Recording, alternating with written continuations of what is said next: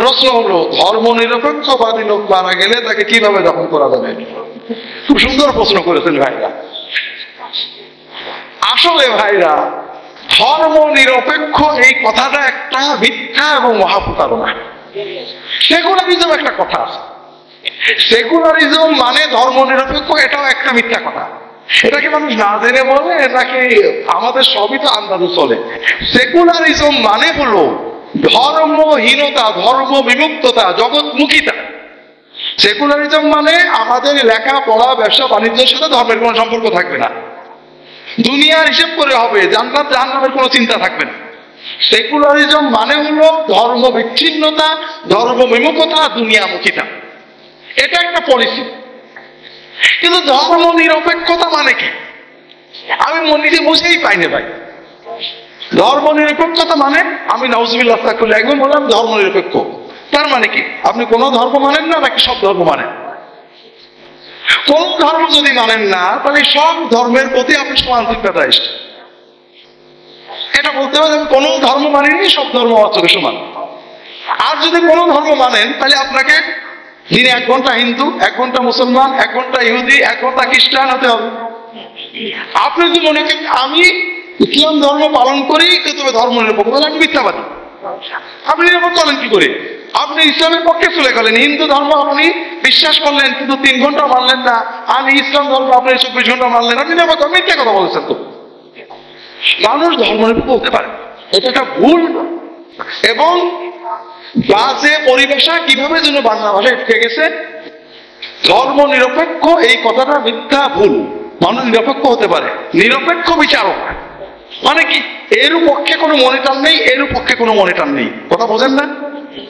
ধর্মের ব্যাপারে নিরপেক্ষ হতে পারে? হতে পারে? অসম্ভব। আপনি কোনো না কোনো ধর্মের পক্ষ নিয়েছেন, অথবা আপনি নাস্তিকতার পক্ষ নিয়েছেন। কাজেই ধর্মের ব্যাপারে, নীতির ব্যাপারে বিশ্বের নিরপেক্ষ হওয়া সম্ভব না। ইসলাম মূলত যে বিধান দিয়েছে সেটা হলো আপনি আপনার ধর্মের পক্ষে, অন্য সকল ধর্মের প্রতি উদার, তাদের ধর্মীয় অধিকার রক্ষা করা আপনার ফরজ। আপনি কোনো হিন্দুকে গালি দিতে পারবেন না, তার ধর্ম পালনে বাধা দিতে পারবেন না। কোনো আল্লাহ কোরআনে এটা বারবার বলেছেন, নবীজি শিখিয়েছেন, এটা ইসলামের একটা মুজিজা।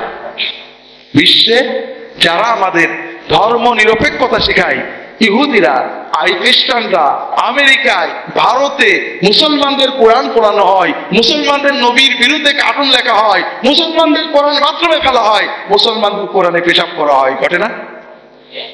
এইটার প্রতিবাদে বিশ্বে কোন মুসলমান মোল্লা, কাঠমোল্লা, জঙ্গি কোন বাইবেল নিয়ে পেশাব করেছে, কোন রামায়ণ নিয়ে, মহাভারত নিয়ে পেশাব করেছে, যীশু খ্রিস্টের জন্য মূর্তি বানাইছে, কার্টুন বানাইছে, রামের কার্টুন বানিয়েছে, ঘটেছে নাকি?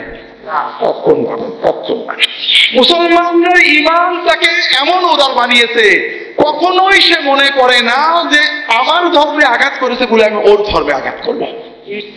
মুসলমান আমেরিকার ফ্ল্যাগ পোড়ায়, বুশের কুশপুত্তলিকা দাহ করে, কিন্তু কখনো কখনো বাইবেল পড়াই না, রামায়ণ মহাভারত পড়াই না। কোন জঙ্গি কখনো মধ্যযুগীয় বর্বর কখনো বাইবেল রামায়ণ পড়ানোর কথা বলিনি, বলেছে নাকি ভাই? মুসলমান তবিয়তে, ইমানে, ইমানগত ভাবেই মুসলমান ইসলাম যে নিরপেক্ষতা শিখেছে, তুমি তোমার ধর্মের পক্ষে, সকল ধর্মের প্রতি সহনশীল, তাদের ধর্মীয় অধিকার দেবে। এটা আল্লাহ কোরআনে বলেছেন, নবী সাল্লাল্লাহু আলাইহি ওয়াসাল্লাম শিখিয়েছেন। মুসলমানের ভিতরে এটা আছে, বিশ্বাস করেন একজন অতি সাধারণ মুসলমানের ভিতরে এটা আছে।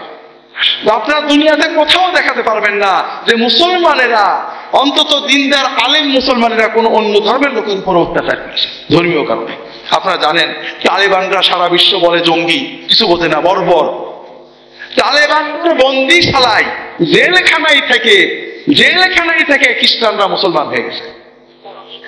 জেলখানা ইসলাম বলেনি, লোকে বলবে জোর করে মুসলমান করেছে।